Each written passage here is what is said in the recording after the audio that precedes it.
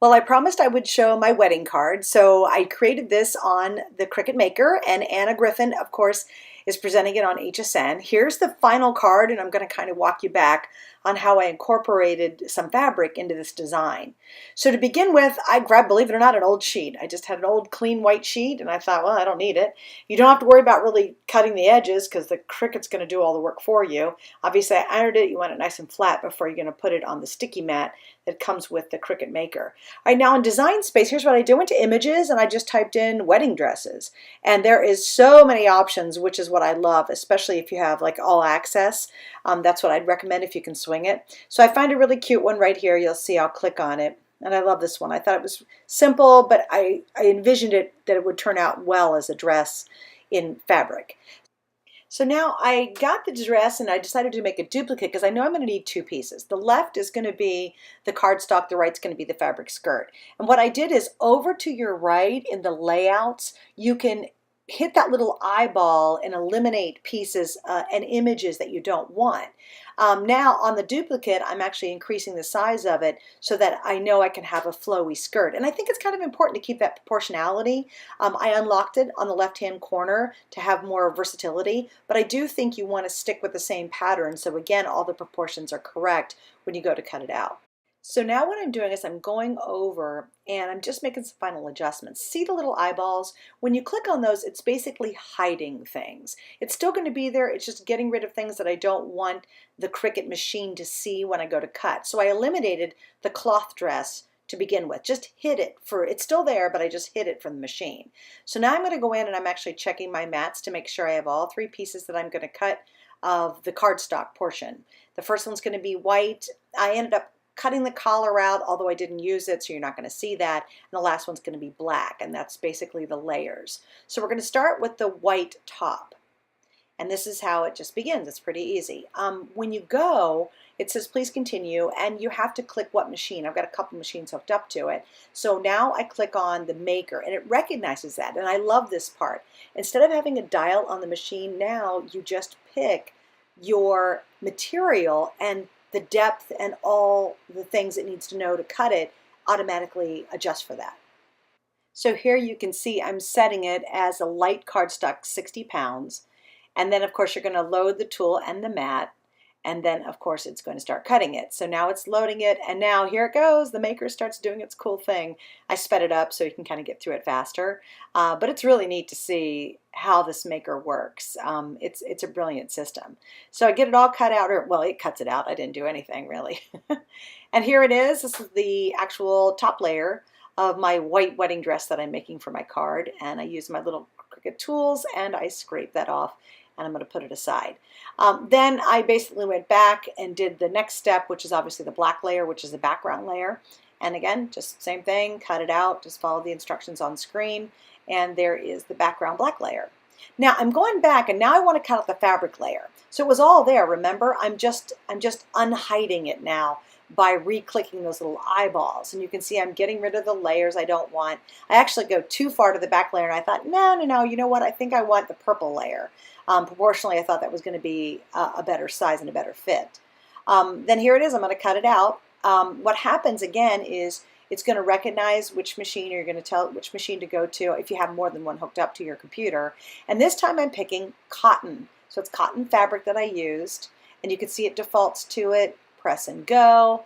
It's basically just like you're cutting out cardstock, but there is one key, and you're going to see it here in just one second.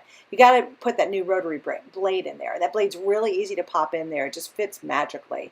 And there's the mat. There's a specific mat for fabric that's included with your Cricut Maker, and you want to make sure your fabric's down really, really smooth when you place it on the mat. Okay, so I'm going to go ahead and hit the buttons to get it started, and it's going to cut here. And I'll tell you what's really neat. The first time you see that rotary cut, it's such a cool experience. It's almost brilliant. I mean, it really is. It's a very well thought out system, and that rotary blade is amazing. It had to do a whole bunch of little cuts, and it tapped away, and it just worked great. So I was highly impressed by how awesome this is.